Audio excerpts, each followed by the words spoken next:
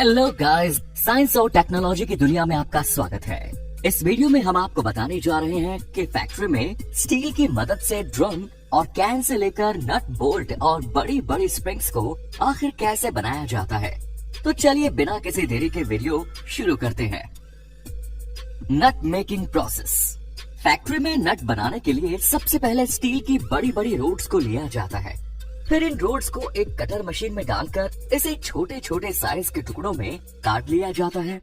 फिर इन सभी टुकड़ों को एक कंटेनर में इकट्ठा कर लिया जाता है। यहाँ से इन्हें एक कन्वेयर बेल्ट की मदद से एक सीरीज में सेट कर दिया जाता है। यहाँ से स्टील के टुकड़े एक फर्नेस में होकर गुजरते हैं। यहाँ इन्हें लाल होने तक गर्म किया जाता है। फिर इन लाल हुए स्टील के टुकड़ों को एक हाइड्रोलिक प्रेस मशीन के नीचे रखा जाता है। यहाँ इन्हें एक हाइड्रोलिक मशीन से प्रेस करके पहले तो इनको चपटा किया जाता है और फिर दूसरी हाइड्रोलिक मशीन से प्रेस करके इनको हेक्सागोनल शेप दे दिया जाता है। फिर आगे एक अन्य हाइड्रोलिक मशीन के नीचे प्रेस करके इसके बीच में होल बना दिया जाता है। इसके बाद इन नट्स को एक कंटेनर में कलेक्ट कर लिया जाता है। इसके बाद ठंडे होने पर इन नट्स को पॉलिशिंग के लिए ले जाया जाता है। पॉलिशिंग के लिए इन नट्स को एक कंटेनर में डाला जाता है, जहाँ कुछ देर रखने के बाद इन नट्स को बाहर निकाल लिया जाता है। पॉलिशिंग के बाद फाइनल काम बचता है इन नट्स के अंदर चूड़ी बनाने का। इसके लिए इन सभी नट्स को एक एक करके चूड़ी बनाने वाली डाई के नीचे रखा जाता है। यहाँ इस मशीन में लगी डाई नट में रोटेट करते हुए इन्हें अंदर से काटते हुए इसमें चूड़ियाँ बनाती जाती है। इसके बाद ये नट पूरी तरह से बनकर तैयार हो जाता है। Next is bolt making process. Bolt बनाने के लिए भी स्टील की रोड्स का इस्तेमाल किया जाता है। स्टील रोड को सिलेक्ट करके इसे एक हाइड्रोलिक कटर में फिक्स कर दिया जाता है। ये हाइड्रोलिक कटर इस रोड को फिक्स लेंथ के छोटे छोटे टुकड़ों में काटते जाता है। फिर इन सभी टुकड़ों को एक एक करके एक फर्नेस में डालकर गर्म होने के लिए छोड़ दिया जाता है। गर्म होने के बाद ये ऑटोमेटिक फर्नेस इन स्टील के टुकड़ों को मशीन के बाहर निकाल देती है।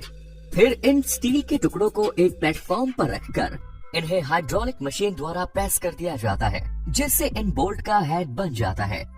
और एक बार फिर से इसे हाइड्रोलिक मशीन में प्रेस किया जाता है, जिससे इनका हेड हेक्सागोनल शेप में आ जाता है।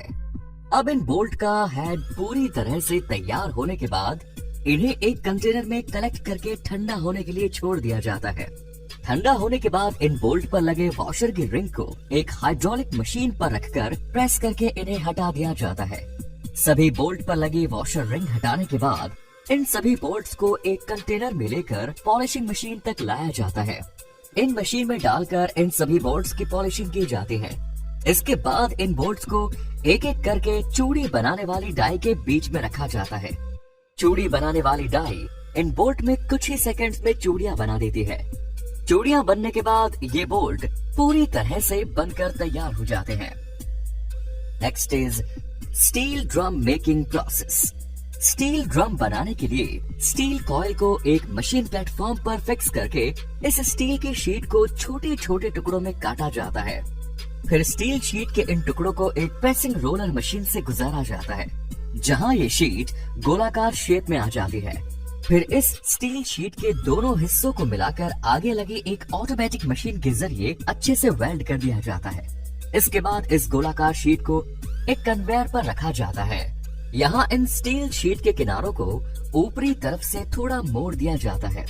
इसके बाद एक प्रेसिंग मशीन की मदद से इस ड्रम के बीच में दो जगह से प्रेस कर दिया जाता है, जिससे इस ड्रम पर दो रिंग लाइन उभर जाती है।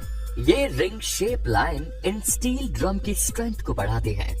इसके बाद एक हाइड्रोलिक कटिंग मशीन के जरिए एक स्टील की शीट को गोल गोल शेप में काटा जाता है। स्टील शीट के ये गोल टुकड़े इस स्टील ड्रम के अपर और बॉटम को पैक करने के काम आते हैं। स्टील के इन टुकड़ों के किनारों को भी प्रेस करके थोड़ा सा बाहर की तरफ मोड़ दिया जाता है, ताकि ये ड्रम पर आसानी से सेट हो जाए। फिर इनके अपर लिड में इनलेट वॉल्व भी लगा दिए जाते हैं। फिर आगे कन्वेयर पर स्टील की इन दोनों टॉप और बॉटम लिड को इस ड्रम के साथ ऑटोमेटिक मशीन के जरिए वेल्ड कर दिया जाता है। इसके बाद ये ड्रम पूरी तरह से बनकर तैयार हो जाते हैं। फिर एक स्प्रे गन की मदद से इन सभी तैयार ड्रम के ऊपर पेंट कर दिया जाता है।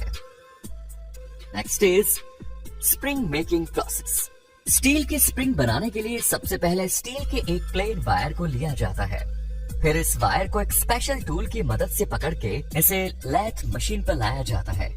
जैसे ही इस टूल को रोटेट होते हुए लैथ मशीन पर लाया जाता है तो ये वायर इसके ऊपर लगे प्लेटफॉर्म पर स्प्रिंग की शेप में लपेटना शुरू हो जाता है। इसके बाद इस स्प्रिंग को एक कटर की मदद से काट लिया जाता है और फिर से इस वायर को इस लैथ मशीन पर लपेटकर स्प्रिंग बना दी जाती है। फिर इन सभी स्प्रिंग को फिनिशिंग देकर इन्हें बाइक्स के शॉकर बनाने में इस्तेमाल किया जाता है। और बड़ी बड़ी इंडस्ट्रीज में इस्तेमाल होने वाली बड़ी मशीनों के लिए स्प्रिंग बनाने के लिए मोटी मोटी स्टील बार को फर्नेस में लाल होने तक गर्म किया जाता है। फिर इस रोड को एक मशीन के जरिए पकड़कर स्प्रिंग बनाने वाली मशीन में फिक्स किया जाता है और जब इस मशीन को स्टार्ट किया जाता है तो यह मशीन रोटेट होते हुए इस रोड को अपने प्लेटफॉर्म के ऊपर लपेट दी जाती है और इस तरह से इस पूरी रोड को स्प्रिंग की शेप में इस पर लपेट लिया जाता है। इन बड़ी बड़ी स्प्रिंग्स का इस्तेमाल समंदर में ऑयल और गैस निकालने वाली मशीनों में किया जाता है और फिर इस स्प्रिंग को मशीन पर से हटाने के लिए इसे बाहर लाकर काफी सावधानी से एक हैंगर पर ले लिया जाता है। फिर इस स्प्रिंग का टेम्परेचर डाउन होने के बाद इसे पानी में डुबोकर पूरी तरह से ठंडा कर लिया जाता है। Next is oil can making process. Oil can बनाने के लिए सबसे पहले स्टील की शीट ली जाती है। फिर स्टील की इस शीट को एक कटिंग मशीन में डालकर इसे 3 पतली पतली पट्टियों में काट दिया जाता है।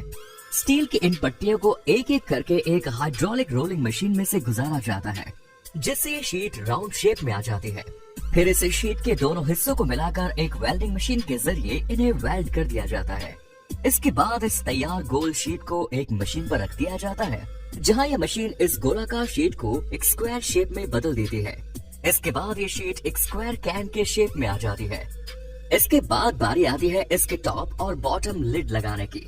इसके लिए इस स्क्वायर कैन को एक मशीन प्लेटफॉर्म पर रखकर इसके दोनों तरफ के किनारों को बाहर की तरफ मोड़ दिया जाता है ताकि इस पर ढक्कन को आसानी से वेल्ड किया जा सके।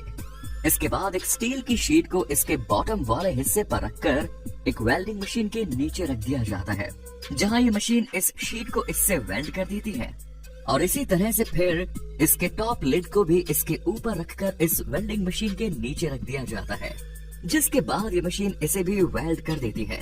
अब ये ऑयल कैन इस्तेमाल के लिए पूरी तरह से तैयार है। तो आपको ये सभी एडवांस मैन्युफैक्चरिंग मशीनें कैसी लगी? कमेंट्स में अपने विचार जरूर बताएं और अगर आपको ये वीडियो पसंद आया तो इसे लाइक और शेयर करना ना भूलें और हमारे चैनल को सब्सक्राइब करना ना भूलें। धन्यवाद।